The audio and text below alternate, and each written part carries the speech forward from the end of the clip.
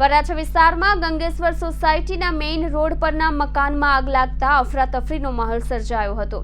ઘટનાની જાણ થતાં જ ફાયરની ટીમ ઘટના સ્થળે દોડી આવી હતી। આગ પર કાબૂ મેળવવાના પ્રયાસ હાથ ધર્યા હતા।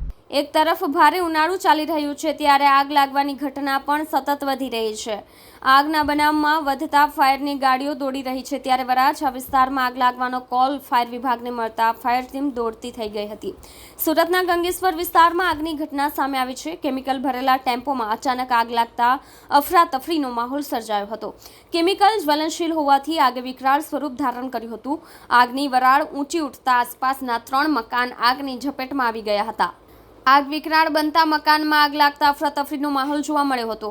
ફાયર વિભાગે તાત્કાલિક આગ પર કાબૂ મેળવ્યો હતો। જ્વલનશીલ કેમિકલ હોવાથી આગે વિકરાળ સ્વરૂપ ધારણ કર્યું હતું। કેમેરામેન હકીમ શેખ સાથે વસીમ હાસમીનો રિપોર્ટ, આઝાદ ન્યૂઝ, સુરત।